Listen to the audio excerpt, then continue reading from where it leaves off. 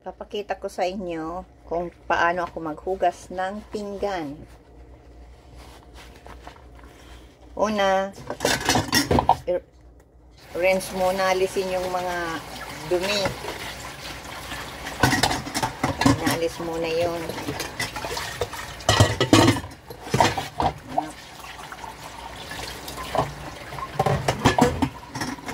Inalis ko na ang mga dumi nito. Kaya lang inuulit ko. Okay? Tapos, makuha tayo ng sabon. Yan. At, sasabunin na ang plato. See?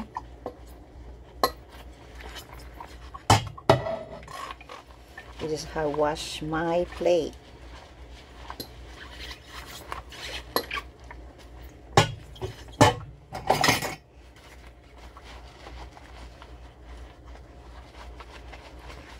Okay. Ano lang ako, nagtataka lang ako. Bakit dami kong haters?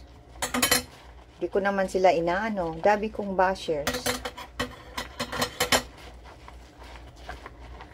Maraming taong galit sa akin. Hindi ko maintindihan talaga. Hindi ko naman sila inaano, pero dami talagang inis sa akin. Hindi ko alam kung anong kinakainisan sa akin. Sana sabihin kung anong kinainisan sa akin.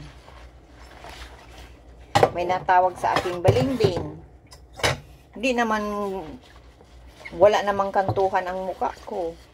Hindi naman ako balingbing. Masarap nga ang balingbing. Tapos sinatawag ako tugbok mag-ibong. Yan. Sinatawag ako niyan.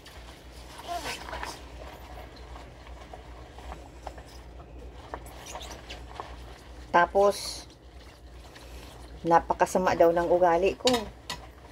Yan nga hindi ko maintindihan kung bakit sinabihan ako na napakasama ng ugali ko.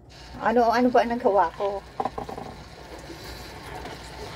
Tapos lahat ng mga kasalanan ng iba o mistake ng iba, ako ang sinisisi.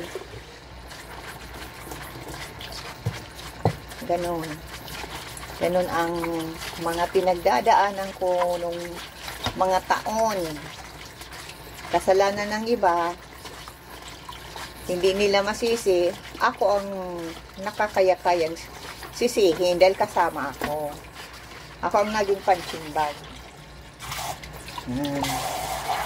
Tapos, nagtawag sa akin na plastic daw ang ugali ko.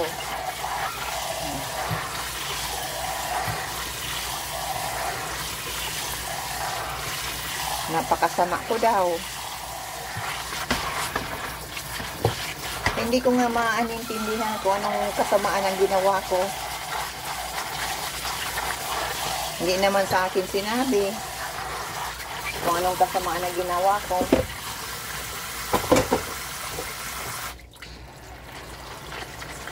Kaya nag-iiwas na lang ako.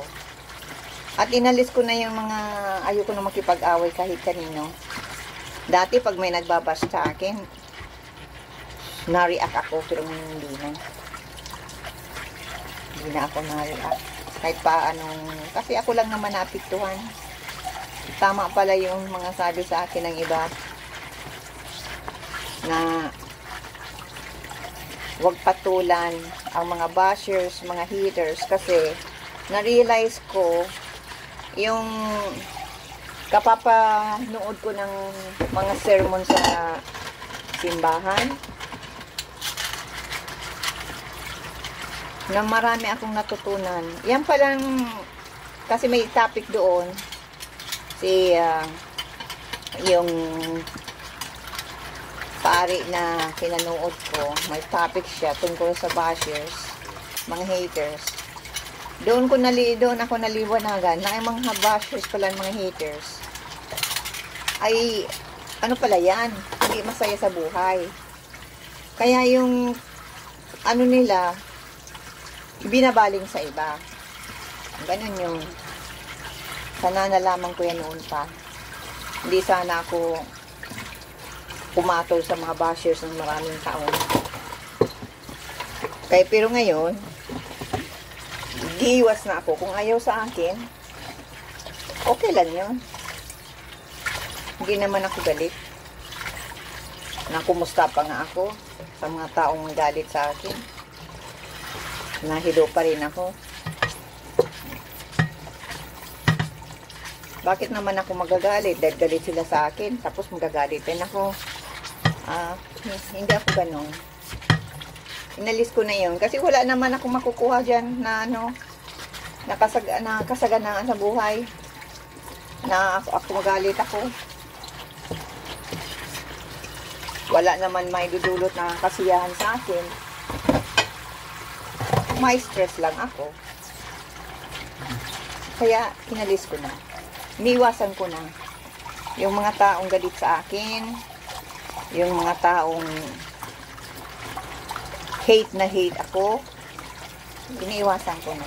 Kasi mahirap pala makipagkaibigan ka sa mga taong galit sa'yo. Kasi, pag nakita nilang may pagkakamali na nakita sa'yo, yan, maumpisa na naman. Diyan ka naman tataktakan. At hindi ka dapat makipagkaibigan kahit kanino kung walang sa iyong respeto at mababa ang tingin sa'yo. Dahil kung ano ang tingin sa'yo, kung mababa ang tingin sa'yo, at mataas siya sa'yo, napakataas niya, ay ikaw mababa lang. Ganyan din ang trato sa'yo. Hindi ka re-respetuhin dahil ang tingin sa'yo, mababang klaseng tao ka. Kaya mas mabuti dyan, iwasan.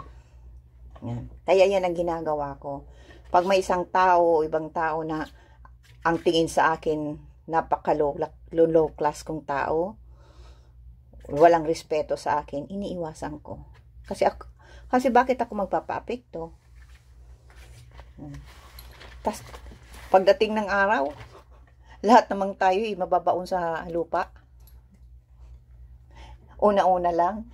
Kaya bakit ako magpapa-apekto? Kahit ako isnabin, darating na ng araw, yung mga nag-i-snab sa akin,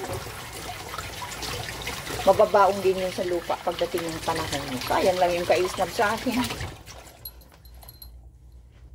Okay guys, maraming salamat.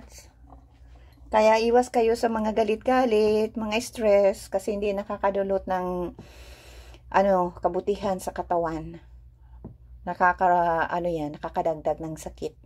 Kapag palagi kang stress, palagi kang galit, makakadagdag yan sa yung galit mo, makakadagdag yun sa magiging unhealthy ka.